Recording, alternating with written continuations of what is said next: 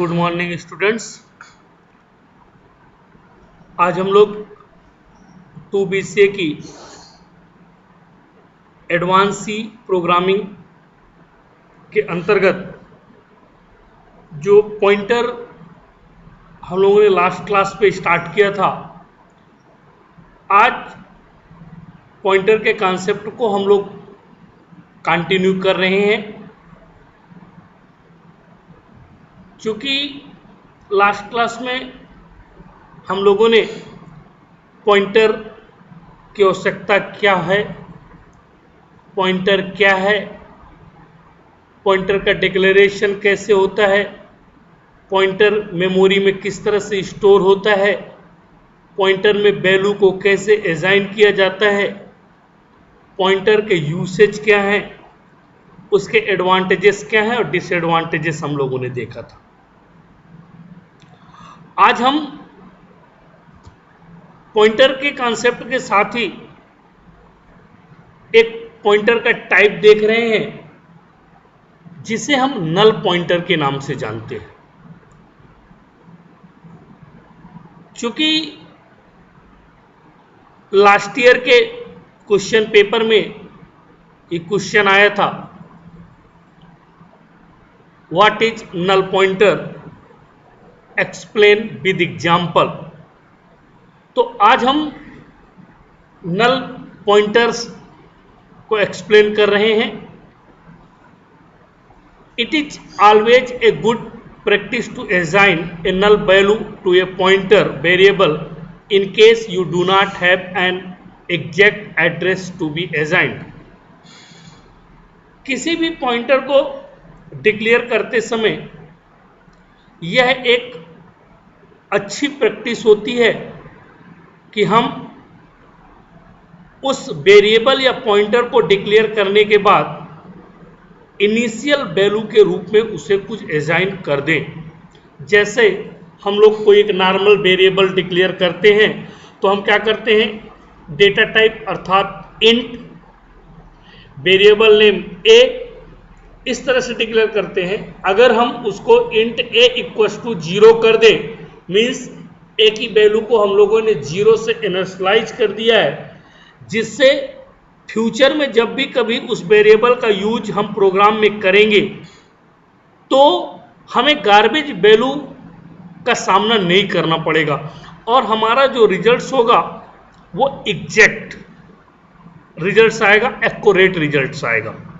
तो उसी तरह से जब किसी पॉइंटर वेरिएबल को डिक्लेयर करते हैं हम लोग, अर्थात इनिशियलाइज करते हैं, जैसे इंट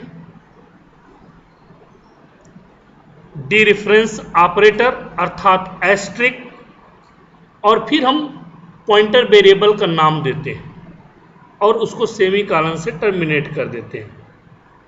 हम यहां पर क्या करेंगे कि डेटा टाइप जो भी हम ले रहे हैं, मान लीजिए इंट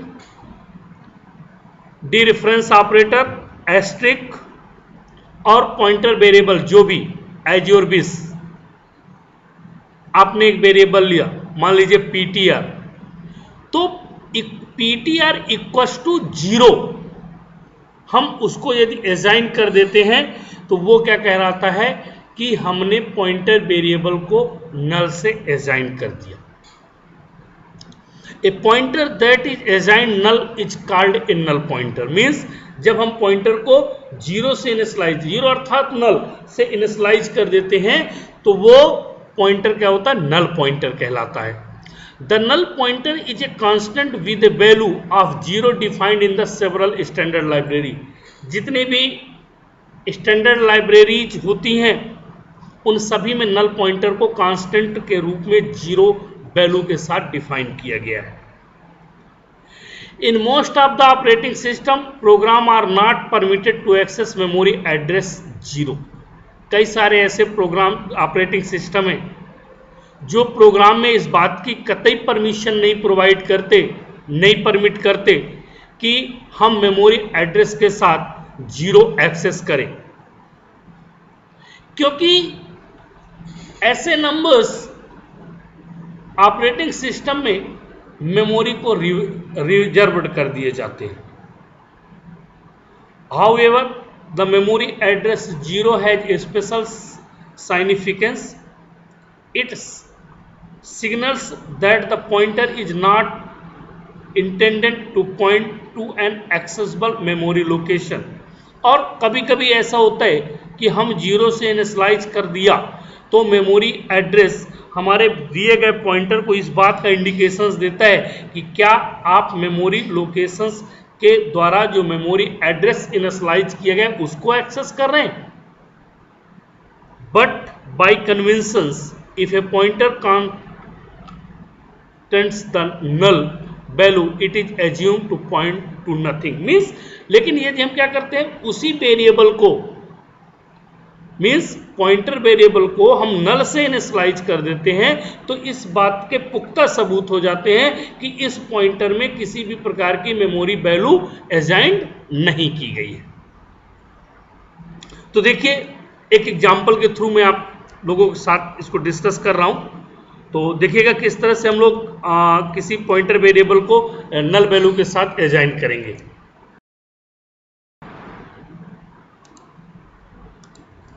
आप देख पा रहे होंगे एक आपके कंप्यूटर की स्क्रीन पर टर्बो सी स्क्रीन दिख रही होगी. उसमें एक प्रोग्राम लिखा हुआ है hash include studio dot H hash include conio dot H that is the oldest story. सभी प्रोग्राम के साथ कॉमन चीज है ये. फिर आप देख पा रहे होंगे मेन फंक्शन जिसके पहले मैंने इंट डिफाइन कर रखा है मीन्स रिटर्न टाइप 0 और इसके बाद ये इंटीगर डेटा टाइप यहाँ पे पॉइंटर को डिक्लेयर कर रहा हूँ और पीटीआर के पहले मैंने अगर पॉइंटर वेरिएबल है और नॉर्मल वेरिएबल, चूंकि लास्ट क्लास में मैंने आपको बताया था कि पॉइंटर वेरिएबल और नॉर्मल वेरिएबल सिर्फ इतना डिफरेंस है कि हम नॉर्मल वेरिएबल के पहले कुछ भी नहीं लगाते जबकि पॉइंटर वेरिएबल के पहले क्या लगाते हैं एस्टेरिस्क जिसको डीरेफरेंस ऑपरेटर के नाम से जाना जाता है. और फिर आप देखिए इक्वल्स टू नल. अभी तक जो भी हम पॉइंटर वेरिएबल डिक्लेयर करते थे तो हम कैसे करते थे यहां पर सेमीकोलन ऐसे और इसको हम लोग क्या करते थे हटा देते थे ये पॉइंटर वेरिएबल हो जाता था. लेकिन अब हम क्या कर रहे हैं नहीं इक्वल्स टू नल हमने इस पॉइंटर वेरिएबल को नल से असाइन कर दिया. फिर the value of PTR is और उस पीटीआर की जो भी वैल्यू होगी उसको हम यहां पर प्रिंट करा रहे हैं. देखिए रन करके इस प्रोग्राम को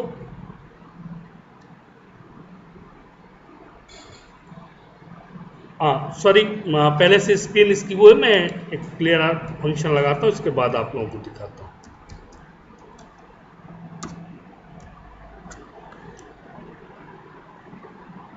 देखिए the value of PTR is 0. इसके पहले अगर आप x लगाते थे तो क्या देता था एड्रेस देता था. आपको एड्रेस मिलता था ना किसी वैल्यू का एड्रेस जहां पे वो पॉइंटर स्टोर है. लेकिन अब क्या मिल रहा है आपको 0 मिल रहा है क्योंकि आपने पॉइंटर वेरिएबल को क्या कर लिया नल से असाइन किया हुआ. ये फायदा है नल का. अब हमें उसका एड्रेस क्योंकि वो गार्बेज वैल्यू होती थी अब फिर जरूरी नहीं है कि जो एड्रेस हमको शो ऑफ कर रहा है क्या वो एड्रेस बिल्कुल सही है क्योंकि ना तो मैं उसके अंदर हूं ना आप. हमें तो सिर्फ ये देखना जो हमारा तो अब हम क्या कर रहे हैं उसी एड्रेस को हमने 0 से इनिशियलाइज कर दिया. तो ये कॉन्सेप्ट है नल पॉइंटर का. अब नेक्स्ट कॉन्सेप्ट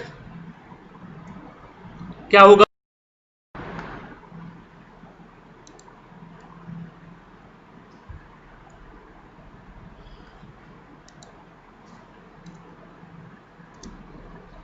अब पॉइंटर अर्थमेटिक मतलब नल पॉइंटर के बाद हम एक बड़े कॉन्सेप्ट की ओर बढ़ रहे हैं पॉइंटर के जिसको कि पॉइंटर को अर्थ चूंकि अर्थमेटिक का मतलब होता है जोड़ना घटाना गुना करना भाग देना यही हमने पढ़ा है. तो क्या चूंकि पॉइंटर वेरिएबल क्या है एक वेरिएबल है तो जब वेरिएबल है तो मेरे दिमाग में एक बात आती है तो क्या मैं पॉइंटर वेरिएबल के साथ वो सारे कार्य कर सकता हूं जो मैं नॉर्मल वेरिएबल के साथ कर सकता था. अर्थात जोड़ना घटाना गुना करना भाग देना क्या मैं कर सकता हूं. तो इस सवाल का जवाब हमको चाहिए. इस सवाल का जवाब हमको कैसे मिलेगा. A pointer in C is an address. चूंकि पॉइंटर जो सी में पॉइंटर यूज किया जाता है वो क्या करता है एड्रेस है, विच ए न्यूमेरिक वैल्यू, मतलब जो भी वेरिएबल को हम एड्रेस स्टोर कर देते हैं वो वेरिएबल की वैल्यू का एड्रेस हो जाता है। तो चूंकि यहाँ पर डायरेक्ट पॉइंटर में हम वेरिएबल नहीं स्टोर करा पाते, हम क्या करते, सॉरी वैल्यू नहीं स्टोर करा पाते, हम क्या करते हैं उस वेरिएबल की वैल्यू का एड्रेस स्टोर कराते हैं कि आखिरकार वो वैल्यू कहाँ है। चूंकि ये पॉइंटर के कॉन्सेप्ट में पहले क्लियर हो चुका था कि पॉइंटर वेरिएबल कभी भी किसी वैल्यू को डायरेक्ट स्टोर नहीं कर सकता, वो उसके एड्रेस को स्टोर करेगा।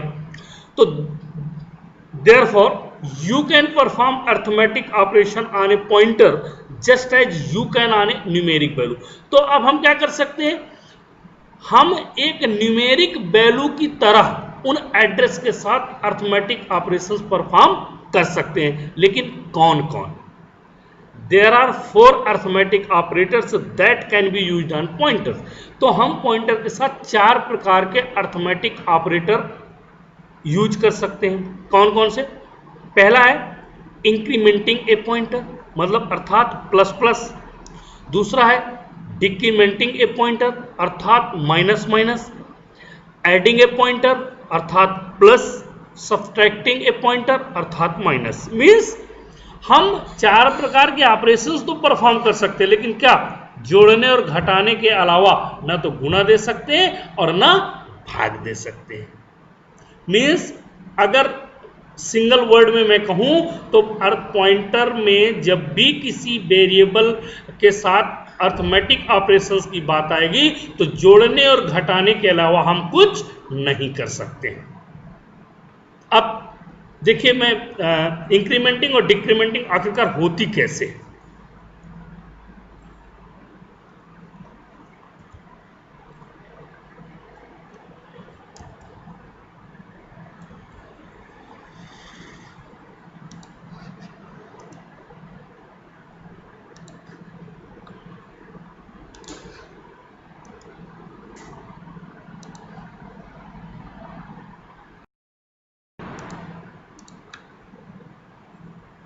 तो सबसे पहले अपन देखते हैं इंक्रीमेंट।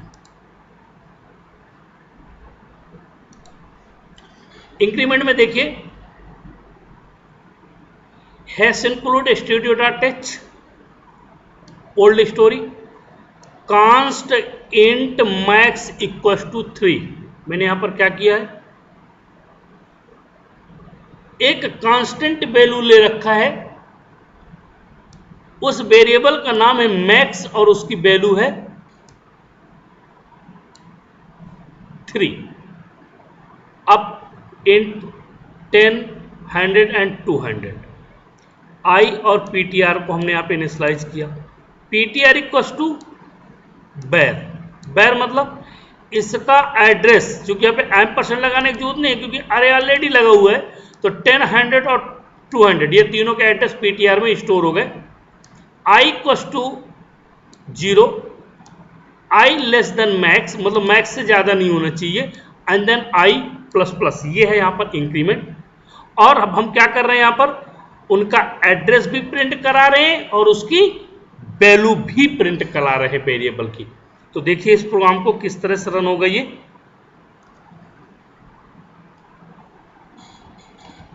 अब आप देखिए एड्रेस ऑफ वेरिएबल 0 में FFF 0, value of variable 0 10, address of variable 1 FFF 2, चूंकि दो का डिक्रीमेंट 32 बिट्स अगर याद हो आप लोगों को मैंने बताया था, और value of the 1 100 and address of the variable 2 FFF 4 and the value of variable 2 200। तो इस तरह से इस बात का प्रूफ होता है कि अर्थमेटिक ऑपरेशन क्या कर सकता है, इंक्रीमेंट कर सकता है।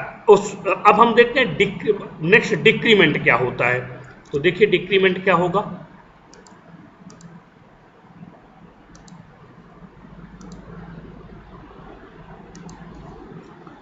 अब डिक्रीमेंट के लिए हमको क्या करना पड़ेगा, सेम पूरी कहानी है, पूरी कहानी वही है, कुछ भी नया नहीं है। बस हमको क्या करना है, यहां पर i प्लस माइनस 1 कर देना है, ठीक है, और ये i minus minus 10, 100 and 200 old story अब देखिए, अब आप यहां पर देखेंगे FF4 सबसे पहले क्या कर रहा है, लास्ट की वैल्यू को एक्सेस कर रहा है 200, फिर FF2, फिर 100, FF0 100। इंक्रीमेंट में क्या हुआ था, 10 पहले आया था, 100 आया था, फिर 200 आया था। डिक्रीमेंट में क्या हो रहा है, 200 पहले, फिर 100 और फिर लास्ट में 10। इसी तरह से आप उसके एड्रेस को देखिए, FF4, FF2 और FF0, जबकि इंक्रीमेंट के साथ क्या था, FF0, FF2 और FF4। ओके, तो ये था कॉन्सेप्ट अर्थमेटिक। अभी प्लस और माइनस का इसलिए मैं नहीं बता रहा क्योंकि आप लोग ऑलरेडी इतने सारे प्रोग्राम्स कर चुके हैं कि दो पॉइंटर को कैसे जोड़ा जाता है, दो पॉइंटर को कैसे घटाया जाता है, इसलिए मैं उसका डेमोन्स्ट्रेशन यहां पर नहीं दे रहा हूं। नेक्स्ट कॉन्सेप्ट की ओर बढ़ रहे हैं। पॉइंटर अर्थमेटिक के बाद अब हम अरे ऑफ पॉइंटर्स, अरे ऑफ पॉइंटर्स। तो हम अरे या पॉइंटर के कॉन्सेप्ट को पढ़ने से पहले हम अरे के कॉन्सेप्ट को पढ़ते हैं कि आखिरकार है क्या। तो आप देखिए, एक प्रोग्राम आपकी स्क्रीन पर दिख रहा होगा, उस पर लिखा हुआ है hash include stdio.h, const int max equal 3, wide main int var 10, 100 and 200, int I और i equals to 0, i less than max, i plus plus, print of value of var %d i बेर i। मतलब हम उन तीन integer को एक normal, यहां पर कहीं भी पॉइंटर का यूज नहीं, नॉर्मल एक अरे का कॉन्सेप्ट है। इस अरे के कॉन्सेप्ट को देखिए किस तरह से वैल्यू को प्रिंट करेगा, वो मैं आपको पहले दिखा रहा हूं, देन अरे ऑफ पॉइंटर्स पे अपन लोग चलेंगे।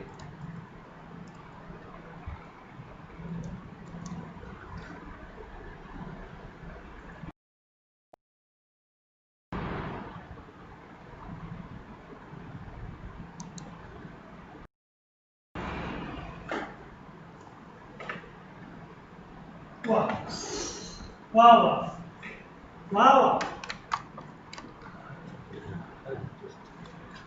तो अरे ऑफ पॉइंटर्स के उस पे हम लोग देख रहे हैं कि किस तरह से हम लोग इसको देखेंगे। तो देखिए आप किस तरह से इसके प्रोग्राम को हम लोग देख रहे हैं।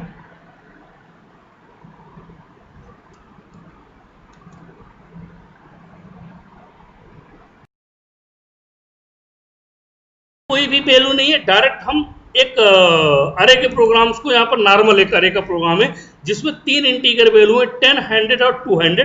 ठीक है, तो मैं इसको देखिए रन कर रहा हूँ। अभी सिलारेसिया लगा लेते हैं, चूंकि मे भी स्क्रीन क्लियर ना हो, तो हम यहाँ पे स्क्रीन को क्लियर करते हैं।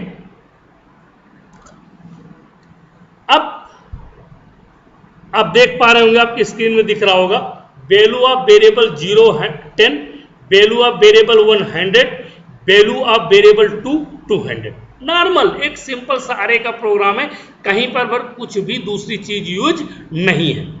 अब इसी चीज को मैं लेकर चल रहा हूं। अब आप देखिए, यही आंसर आपने देखा है, ऊपर कोड का रन किया है, value of variable 0 10, value of variable 100 and value of variable to 200. There may be a situation when we want to maintain an array which can store pointer to an int or char or any other data type available. लेकिन इसी condition पे यदि मैं, चलिए चाहे वो integer हो और चाहे वो करेक्टर हो, किसी भी प्रकार की अरे को हम यूज करना चाह रहे हैं, लेकिन उसको पॉइंटर के थ्रू, तो कैसे करेंगे। तो देखिए कैसे अपन डिक्लेयर करेंगे, अब पॉइंटर के थ्रू। तो पॉइंटर के थ्रू डिक्लेयर करने का इंट स्टार ptr और मैक्स। ये मैक्स यहां पर क्या है, मैक्स एक वैल्यू, हम चूंकि हम कांस्टेंट वैल्यू पहले डिफाइन कर देते, यदि आप यहां पर मैक्स नहीं लिखना चाहते हैं तो वैल्यू आप यहां पर कांस्टेंट दे सकते हैं, 2 4 5 10 20 50, जो भी तुमको देना है वो दे सकते हो। तो यहां पर देखिए इंट क्या है, इंट एक डेटा टाइप है। एस्ट्रिक क्या है, डी रेफरेंस ऑपरेटर, जो ये बता रहा है कि जो आगे करेक्टर्स लिखे हुए पॉइंटर टाइप के हैं। पीटीआर क्या है, यहां पर अरे नेम है, पॉइंटर अरे name. And the max, max वो वैल्यू है जो आपको ये बता रही है कि आपकी जो प्रोग्राम आपने स्टार्ट किया है उस पे कौन सी कांस्टेंट्स वैल्यू आपने दिया है उतने ही तक ये जाएगी। तो पिछला प्रोग्राम से अगर याद हो आपको, मैंने जो देखा था अभी आपको दिखाया था कि 3 नॉर्मल वेरिएबल एक पॉइंटर के थ्रू, सॉरी विदाउट पॉइंटर अरे के थ्रू, उसी पे मैं पॉइंटर का यूज कर रहा हूं। देखिए कैसे करेंगे अपन, के साथ करना चाह रहा हूं। तो ये कहानी यही थी, const int max equal to 3, चूंकि यहां पर मैक्स की वैल्यू मैंने दे दिया, मैक्स यहां पे पास कर दिया है, ठीक है। और ये यहां पर क्या करेगा, वैल्यू को कितने वैल्यू लेगा, मैक्सिमम 3, और बाकी कहानी वही है जो पिछले प्रोग्राम्स में थी। कुछ भी यहां पर नया नहीं है, सिर्फ एक फंक्शन अपन लगा लेते हैं CLR SCR, चूंकि स्क्रीन को क्लियर करने के लिए आवश्यक है। अब आप देखिए, सॉरी,